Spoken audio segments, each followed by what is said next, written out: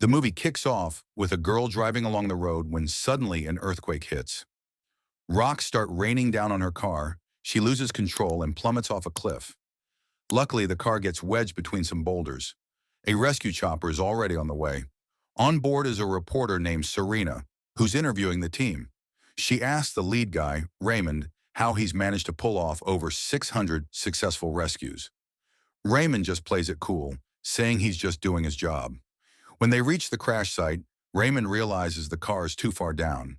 He decides to pull off a risky move, landing the chopper in a tight spot between the rocks to get as close as possible. One of his teammates rappels down and hooks the car to the chopper, but his hand gets pinned under the vehicle. The chopper starts losing its balance because the car is dead weight. Raymond takes control, stabilizes the bird, and decides to head down himself. He smashes the car door, grabs the girl, and tells his teammate to cut the cable. The car drops into the abyss, and Raymond saves them both just in the nick of time. Meanwhile, we meet Dr. Lawrence, a professor giving a lecture on earthquakes. He explains that some quakes are as powerful as, or even stronger than, nuclear bombs, capable of wiping entire cities off the map. Lawrence is working on a new program to predict quakes so they can warn people before it's too late. His assistant, Kim, tells him they've picked up seismic activity in a nearby state, so they head out there ASAP. Back to Raymond. He's heading home when his daughter Blake calls him. She's at her mom Emma's place, who is now living with her new wealthy boyfriend, Daniel. We find out Raymond and Emma split up after their other daughter, Mallory, tragically passed away. Blake asks her dad to bring her bike so she can head to college.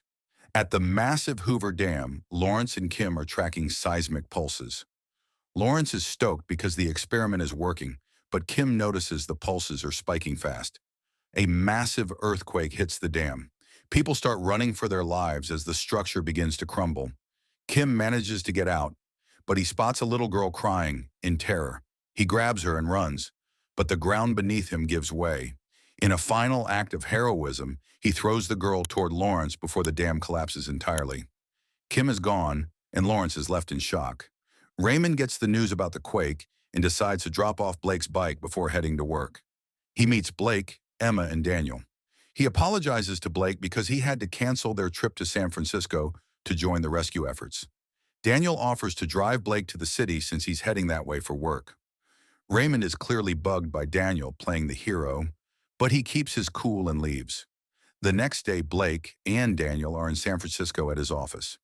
Meanwhile, Lawrence is back at the lab, grieving Kim, when Serena shows up for an interview. Suddenly, his team detects a massive surge in seismic activity along the San Andreas Fault. Lawrence realizes this is the big one. It's going to trigger a chain reaction of devastating quakes. He has to warn the public immediately. In Los Angeles, Emma is having a tense lunch with Daniel's sister, who thinks Emma is just after Daniel's money. Emma gets a call from Raymond, but as she's talking, the ground starts shaking.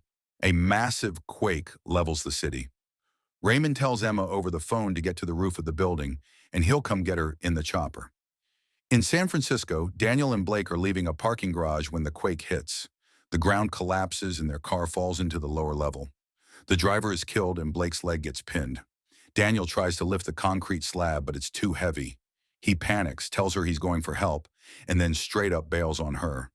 Two brothers, Ben, who was there for a job interview, and his younger brother, Ollie, hear Daniel asking for help. They realize Blake is trapped. They see Daniel running away like a coward and decide to head into the garage themselves to save her. Back in LA, Raymond reaches the rooftop just as the skyscraper next to it collapses.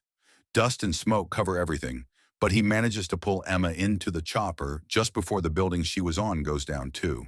It's a miraculous escape, but they aren't out of the woods yet.